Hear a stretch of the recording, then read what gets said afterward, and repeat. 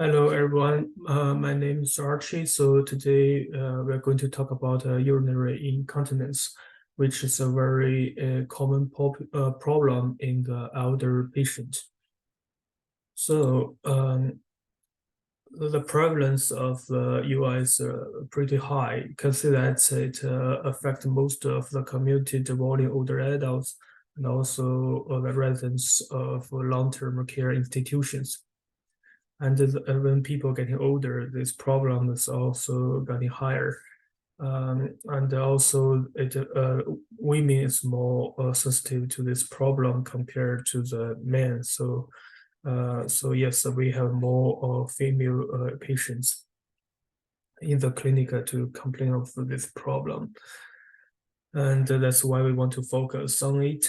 And the UI can cause a lot of morbidities, including different kinds of infection, and because the urine can make the skin more fragile if it leaked in the skin, so it can cause a lot of infection, and also and if you need to go to the bathroom, if you have this problem, you need to go to the bathroom very frequently, especially in the night, which can cause sleep deprivation, and also for elder patient, they this gives them a higher chance to fall on the floor or ground to have a risk, which can give them a risk to get a fracture.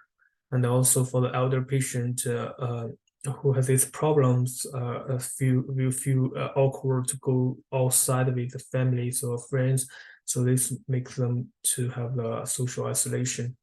And the cost for this one is pretty high, about 1,000 per year. And anyway, it gives patients all different kinds of problems. So in order to better understand the UI, different type of UI. I first want to show this picture about the micturition reflex. So we can see that here's a bladder, which is around of the detrusor muscles.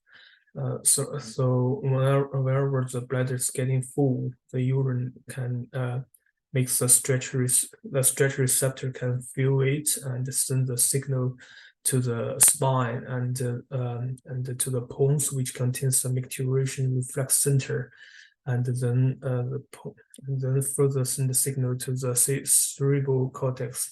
Then the cortex and say that okay, it's time to pee, then send the signal to the bladder back again through the spinal cord, and then in order to stretch, in order to let the detrusor muscle contract and relax the sphincter muscle. So sphincter muscle actually is you can see that in the female patient, they don't have an internal sphincter muscle. Only the males have internal sphincter muscle, and between the two, they have also have prostate. So the sphincter muscle, if it's contracted, so the urethral meter is blocked, so it's closed. When it's open, so the urine can be expelled. And also we have a pelvic muscle to support the bladder. So if the patient is getting older, all of this muscle become weaker. So can and make which can give patient different type of urinary incontinence. So anyway, so now let's talk about different type of incontinence. First is urgency incontinence. So when people getting older, their bladder will become overactive. So it's more likely to the bladder, the detrusor muscle will contract automatically. So the patient will feel urgently need to go to the bathroom sometimes. So and also if a patient has an infection, which can also make the detrusor muscle overactive and cause this problem. The second one, stress incontinence, so which means that the bladder is compressed or to some reason have some pressure to the bladder. So the bladder pressure increased while the outlet sphincter muscle cannot overcome that stress, and then the urine get leaked. So as mentioned, people getting older, the sphincter muscle become weaker, and it's easy to the patient get leaked. And if the patient intra-abdominal pressure increased, can also further compress the bladder to have this problem. And also, if the female patient has some problem like the pelvic muscle weakness, this muscle, so it can cause bladder prolapse and cause this problem. But and for the patient who has constipation, the large intestine is full of stool can also compress the bladder and cause this problem. Anyway, anything like increase the bladder pressure outside can cause this problem. And mixed incontinence, which means the patient has both symptoms of urgency and stress incontinence. And the overflow incontinence, and the mixed one normally happen in patient with female patient who has pregnant, who is pregnant and with a larger uterus, compress the bladder, and also get a UTI, and when she will have this problem. Older patient have UTI, without UTI also have this problem because, as I mentioned, their bladder become when people get older, their bladder become overactive, and also if they have some pressure, like have a pelvic muscle weakness, cause the bladder prolapse, they can combine these two. Overflow incontinence, which means that the outlet of bladders blocked. So the neck, especially the neck of the bladder. So if patient has a tumor or anything, or a bladder stone causes a blockage of this urethral meter, so it can cause this problem. Or the male patient who has prostate hypertrophy, which can also compress the urethral meter and cause this problem. So and also with people getting older, their detrusor muscle will become weaker. They cannot contract compared to the muscle when they were young. So this can make some increased post volume residue volume in the bladder, which can further it's another risk factor to cause this problem. For the functional incontinence, which means the whole system has no problem, has no pathologic changes, well, the patient cannot go to the bathroom because of some reason, and causes the urinary leak. So normally it happens in young children and also in the elder patient. For the young children, they may focus on playing something that they forgot to go to the bathroom, and they just want to wait. They just wait for the last minute to run to the bathroom. Well, the urine might leak from their bladder because of 100% full of the bladder.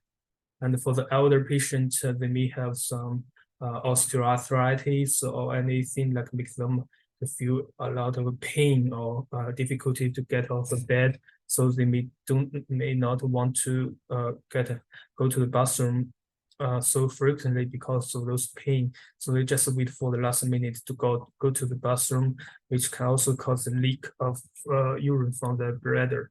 So these are the functional incontinence. Okay, so as I mentioned, as people getting older, these are all the changes of their urinary systems, including the weakness of those muscles, and also has lower sense of the stretch receptor signaling from the full bladder, which can also cause overflow incontinence. Okay, so after knowing all of this, if we see a patient in the clinic, so this steps how we see the how we assess the patient and how we make a treatment plan for the patient. So first, we need to screen all patients who might have this problem, especially for the elder patient, because of the high morbidity of the UI, and also then we need to ask them questions to collect their histories and also do physical examinations and do the test to identify what type of UI they have and what causes it, and then make a treatment plan for the patient. So first, for the screening, so all older patients need to be screened, so we can initiate our conversation by asking them if they have any bladder issues, if they have any problem to go to the bathroom, or if they have leak or loose urine in the past month or past years. So if they said that if we get a positive answer, then we can continue ask questions to identify what type of UI they have. For if you suspect stress incontinence, you can ask if they have the leak during coughing, sneezing, or lifting. If it's urgency incontinence, you can ask them if they feel need to go to the bathroom urgently, and also you can ask the symptoms. If the patient have both symptoms, including stress incontinence and urgency incontinence, you may consider about a mixed UI. And also the question should include the time of onset, frequency, and volume, time. And so the volume is very important because for example, if a patient, elder patient mentioned that when they wake up in the morning, they found a small volume of urine leaked from in the bed on the bed. So you may consider about overflow incontinence. If they said that the volume is huge on the bed in the morning, and they had no idea that what's going on last night, this might be a urgency incontinence, because the patient getting older, as I mentioned, they may not the sensory of a stretch receptor signals is weaker, so they may not know that they want to pee, especially when they are sleeping. So they may wet. So those bladder will be contracted automatically, and there will be a lot of urine comes out from the bladder and the well bed. So the volume is huge compared to the overflow incontinence. So that's a way to differentiate the two types of incontinence. Of course, there might be another possibility of combined urgency incontinence and overflow incontinence.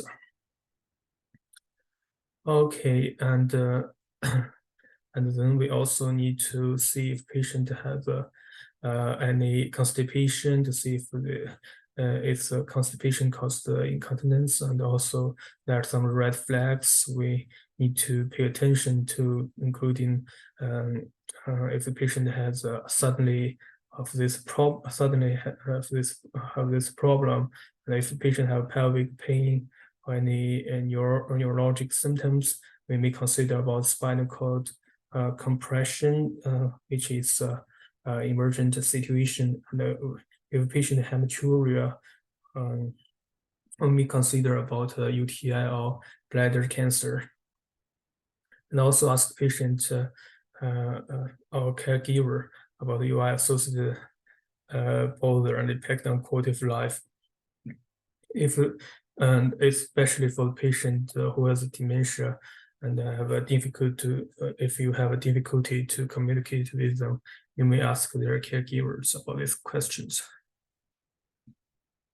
And for the physical exam, so first we need to identify if patient has a cognitive decline, to make sure that if they have this problem, and which highly likely to cause the UI.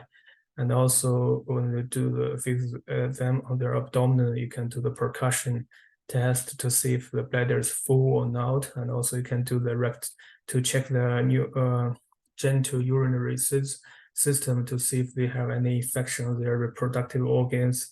And also you can do the digital rectum exam to see if the patient has any fecal overload, or the patient has any prostate hypertrophy or internal organ prolapse, which are also the causes of the UI. And then for neurologic tests, you can do a test for the sacral reflexes by stimulate the skin around the anus to see if the patient has an anal ring, and make sure that the pudendal nerve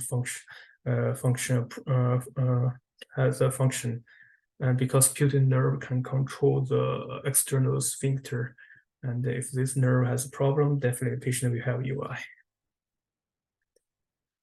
So for the lab test, first we can let patient do the UE test to see if patient has any UTI or diabetes, which are two risk factors to cause this problem. And also here I want to let you know that don't treat symptomatic bacteriuria unless a patient has unless a female patient who has a pregnancy. So that's the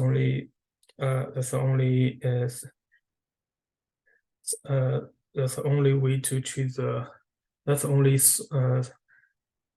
sign to treat the patient with a symptomatic bacteriuria. And also, we can ask patient to make bladder diarrhea, which can help us record help us know when and where patient has leak, and what type of food they drink, and how much volume they drink, and how much urine they had in the past couple of weeks or months.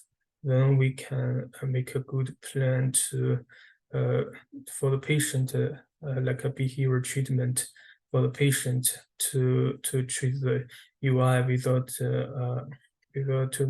without any other aggressive procedures. So here's the example of bladder diarrhea. So you can see that it contains the time they drink the fluid, and what type of fluid, and the amount of fluid they drink, and when did they go to the bathroom, and how much volume, and when did they have a leak, and how much volume. So for example, if a patient have had a lot of coffee like in the afternoon, and also had a lot of water before before sleeping. So then we may know the cause of UIs. We can just let patient drink the coffee. Don't drink the coffee after lunch, and also we can recommend patient don't drink too much water before going to sleep.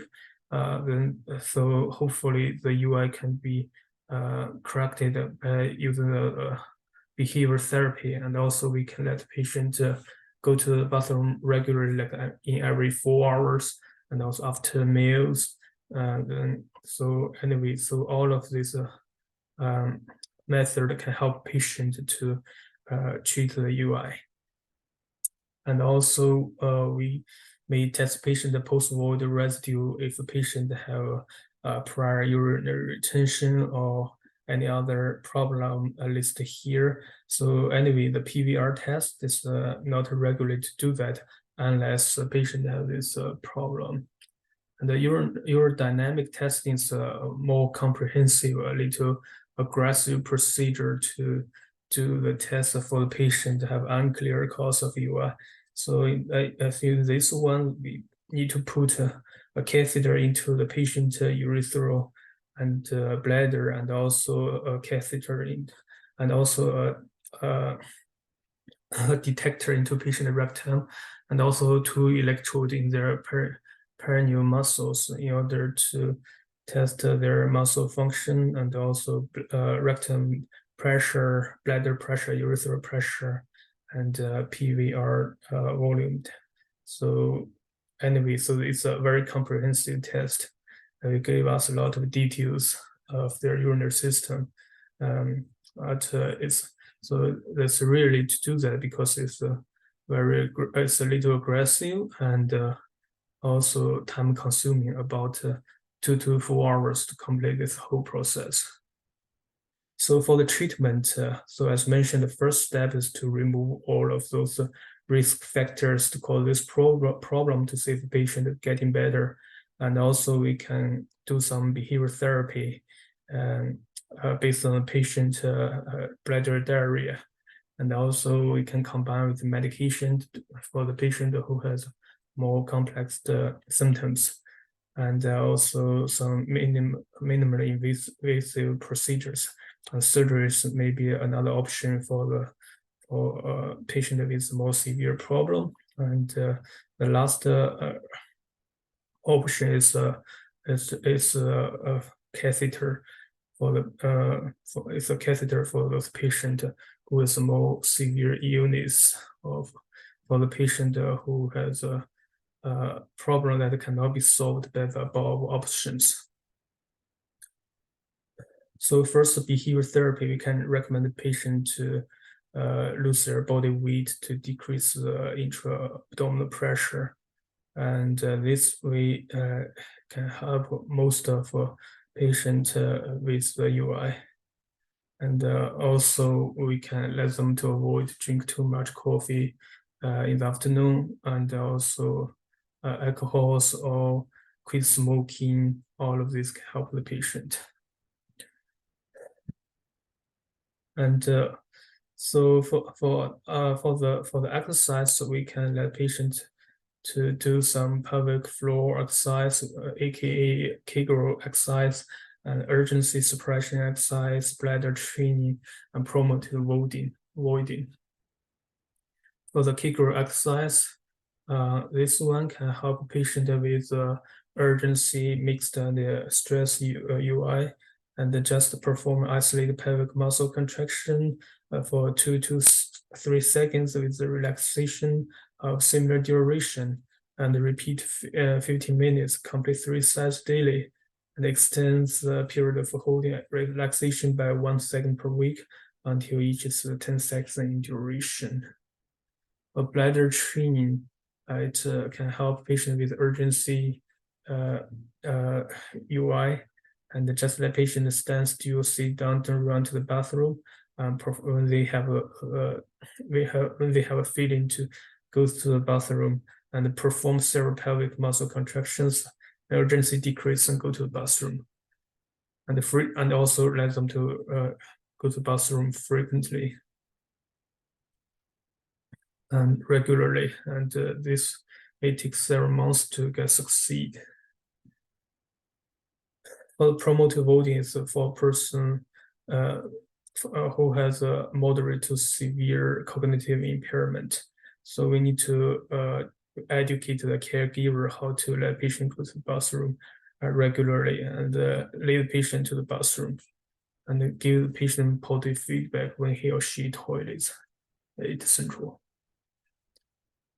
So for the medication, first one we talk. So here is anti-muscarinic agents. This one is definitely can help for the patient who has urgency UI, and all the overactive bladder, and also for patient who has mixed UI.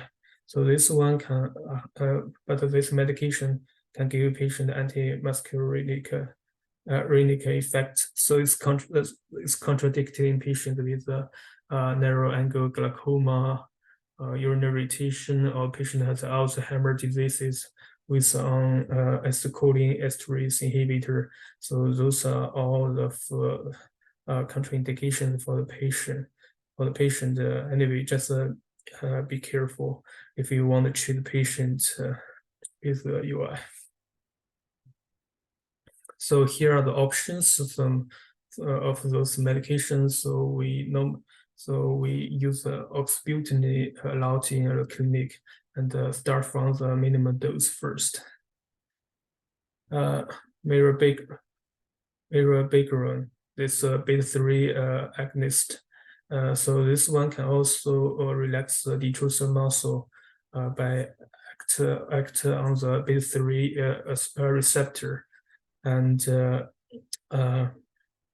it has a similar effect as the anti-muscarinics, but didn't show any cognitive adverse effects. And it may raise blood pressure, and if patient is on the following medication, including digoxin, metoprolol, or venlafaxine, and essential, this medication may increase the blood dose of those medication and cause overdose effect or toxic effect of those medication. And for duloxetine and vaginal estrogen, which are other options to treat the stress UI or other or female patient who has a UI. For the man with BPH, and overactive bladder, we may consider using alpha blockers, 5-alpha reductase inhibitors, and PDE5 inhibitors. So if the medication and the behavior treatment cannot help the patient, we may consider about using some minimum invasive procedures, including sacral nerve modulation, posterior tibial nerve stimulation, intravascular injection of botulism toxin to relax the detrusor muscle and pessaries for women who has a bladder or uterine prolapse. And for surgeries, we may consider about the birch operation slings to elevate the patient bladder or urethral. And also we can consider using paraurethral injection for bulking agent to make the sphincter muscle functionally if they have those problems. And artificial sphincters is another option for a refractory stress incontinence from sphincter damage. So the last option is catheterization. So if none of the above treatment effective, we may consider about this one, but this can give patient more morbidities, including infections, different infections, bladder stones. And also we should give patient the catheters for like a short-term decompression of acute urinary retention or chronic retention, not a surgical medically remediable, or patients with wounds that must be kept clean of urine, or very ill patients who cannot tolerate garment changes. So all of these are for indications by using the catheter. And here's and also if we use catheter, we need to protect the patient from infection. We need to be very careful, and also here's another things we need to be careful for the patient who has a catheter. Like it doesn't need to be changed routinely as long as monitors adequate catheter blockage doesn't develop.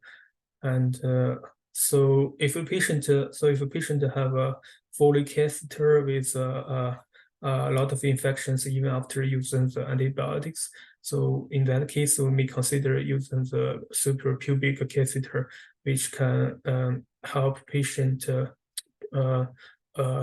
avoid from the so frequently of the infection. So that's another option for a patient who has multiple episodes of infection by using the Foley catheter. So here's a summary. So in this topic, we talked about different types of incontinence, what mechanism cause the urinary incontinence, and what age-related changes of the of the urinary systems.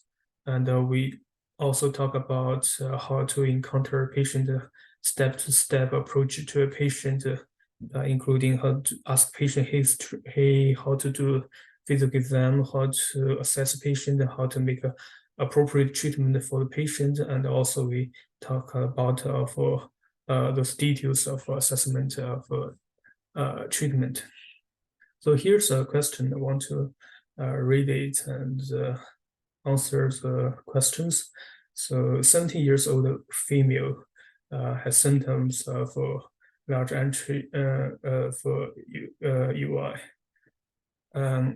When she has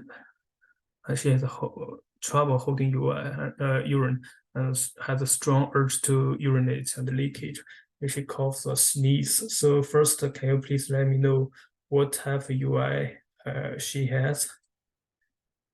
Yes, she has a trouble. She has a strong urge to UI, which means it's urgency incontinence, and the leakage when she coughs and sneezes, which means that she also has a stress incontinence. So she has mixed incontinence. Okay, physical exams, vaginal dryness, mild atrophic vaginitis, but no cystocele or rectocele. Rectum's empty, contraction, pelvic floor, vaginal examination, cause exam finger to be drawn inward and displays upward and strong squeeze. Holding a washcloth to the premium, patient stands and coughs vigorously, which causes immediate urine leakage. Analysis shows clear straw colored urine with no pyuria. Leukocyte erythritol nitrates, which means no UTI. So which of this should be done next? Yes, begin behavior therapy first, including those muscle exercise. As I mentioned, that I always try the behavior therapy first to make sure it can help the patient always start from the minimum invasive procedure first. Oral conjugated estrogen, I mean, the evidence is low, but still, if none of the if the behavior therapy cannot help, may consider about that. And extended release oxybutene, definitely, if we should try behavior therapy first. This one doesn't help, we can try this one. Surgery is more aggressive, so we won't think about this one first. So this is another case.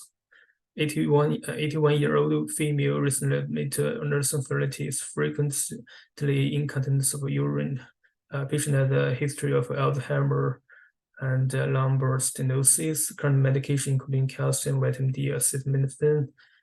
Family states that incontinence has remained essentially unchanged for the past 6 months. The patient denies bladder problem, but is unable to give a detailed history, which means the symptoms is very stable for a period. Observation by the nursing staff suggests diagnosis of overactive bladder with urge incontinence.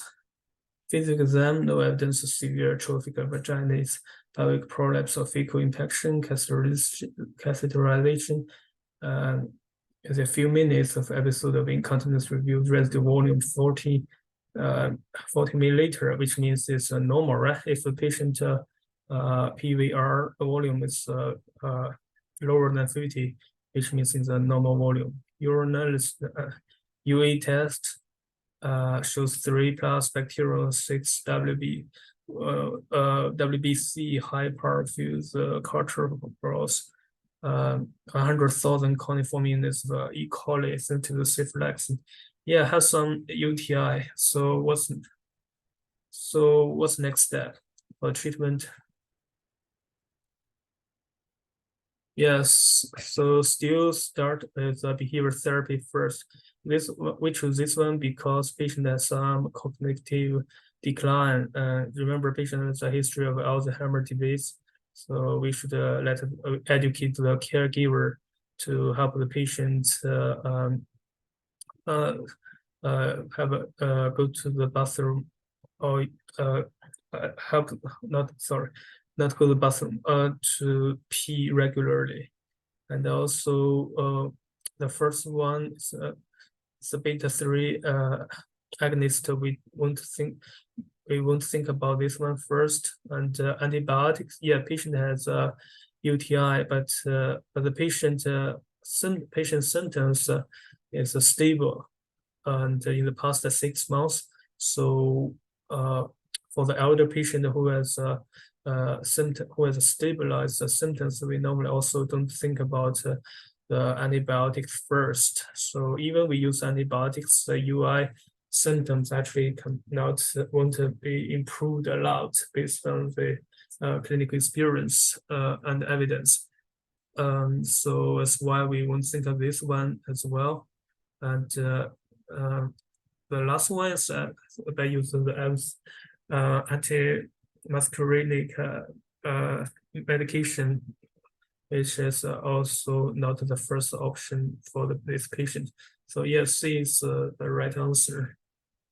Okay, that's all for this topic. I hope you have a good time with me. Thank you.